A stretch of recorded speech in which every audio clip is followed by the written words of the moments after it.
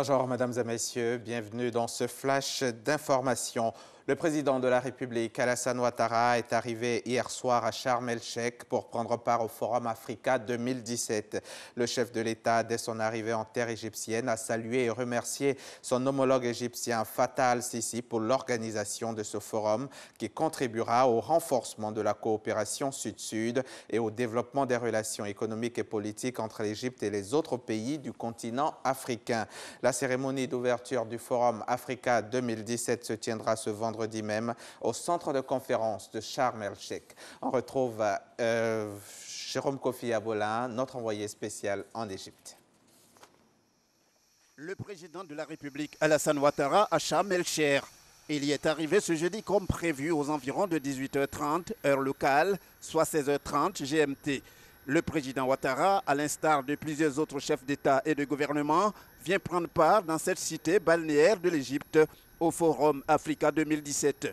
Pour le chef de l'État ivoirien, la présence de la Côte d'Ivoire à cette rencontre est à la hauteur de son positionnement confortable sur la scène internationale.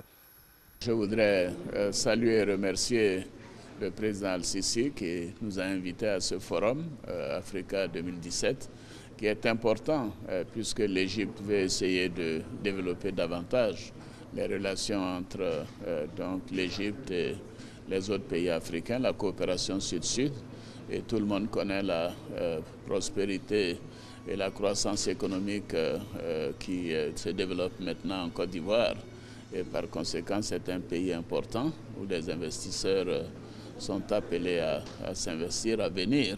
Et moi, je suis très heureux d'être là, de leur dire que la Côte d'Ivoire va bien, qu'il y a des opportunités d'investissement et que les Ivoiriens également peuvent venir en Égypte pour chercher des marchés. C'est un forum qui nous permettra de voir non seulement les autorités sur les questions économiques et politiques, mais également de rencontrer d'autres chefs d'État qui seront là et qui ont participé au sommet Union africaine-Union européenne qui a été un énorme succès. Et par conséquent, nous aurons l'occasion d'échanger sur la suite à donner à ce grand sommet que nous avons eu l'honneur d'abriter.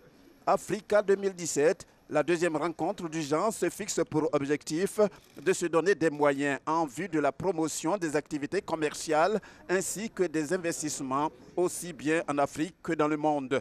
Le rendez-vous de Sharm el-Sheikh constitue pour le président égyptien Abdel Fattah al-Sisi une occasion de présenter à ses hôtes, pendant les 3 jours que vont durer les travaux, des projets d'envergure, notamment la construction de la nouvelle capitale à quelques 45 km du Caire. Reportage signé Jérôme Kofi Abolin. Ici en Côte d'Ivoire, les travaux de construction du second complexe immobilier de la caisse de retraite par répartition avec épargne de l'Union monétaire ouest-africaine, CRAE-UMOA, ont été officiellement lancés hier jeudi en présence du vice-président ivoirien Daniel Kablan-Duncan et du ministre de la Construction, du Logement, de l'Assainissement et de l'Urbanisme, Claude Isaac Day. D'un coût global d'environ 15 milliards de francs CFA hors taxes, ce programme immobilier qui sera bâti sur une superficie de 1,6 hectare à la Riviera Bonouma dans la commune de Cocody. La Commission électorale nationale du Libéria a rejeté le recours en appel contre les résultats du premier tour de la présidentielle où le sénateur et ex-star du foot Georges Weah et le vice-président Joseph Boakai étaient arrivés en tête. Le second tour prévu le 7 novembre entre les deux hommes a été reporté sine die le 6 novembre dernier par la Cour suprême qui a enjoint la NEC d'examiner d'abord le recours du candidat arrivé en 3e position au premier tour le 10 octobre, Charles Bromskin, 9,6% des voix. Angela Merkel a reçu hier jeudi le Premier ministre libyen Fayez al-Sarraj. Lors d'une conférence de presse commune, les deux chefs de gouvernement ont évoqué la situation des migrants en route vers l'Europe et échoués en Libye dans des conditions souvent dramatiques. Le Premier ministre libyen a évoqué des chiffres vertigineux parlant de 500 000 migrants clandestins qui se trouveraient en Libye en dehors des centres de rétention ainsi que de 20 000 personnes regroupées dans ces camps dans les 42 centres dépendants du du ministère de l'Intérieur. La chancelière a appelé son homologue à accorder aux organisations internationales comme le Haut Commissariat aux réfugiés un meilleur accès aux camps sous son contrôle. La Commission européenne, qui mène les négociations du Brexit au nom de l'Union européenne à 27, a estimé ce vendredi même que des progrès suffisants ont été atteints sur les conditions de divorce avec le Royaume-Uni, ouvrant la porte à l'ouverture de la deuxième phase de négociation sur la future relation entre UE et Grande-Bretagne.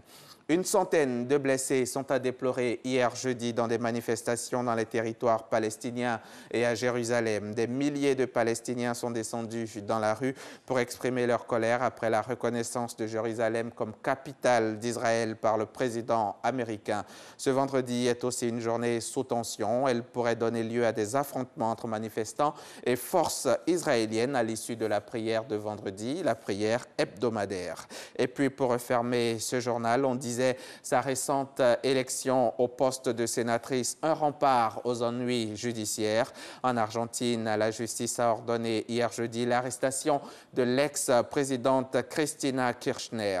La mise en examen de la demande de détention de Cristina Kirchner font suite à l'accusation qu'avait lancée contre elle l'ancien procureur Alberto Nisman peu avant sa mort mystérieuse en janvier 2015. Nisman avait alors accusé l'ancienne présidente d'entrave dans l'affaire de l'attentat contre la mutuelle juive Amia qui avait fait 85 morts en 1994. C'est la 4e mise en examen de l'ancienne présidente. Les 3 autres correspondent à des affaires de corruption. C'est la fin de ce flash. On se retrouve à 13h. À tout à l'heure.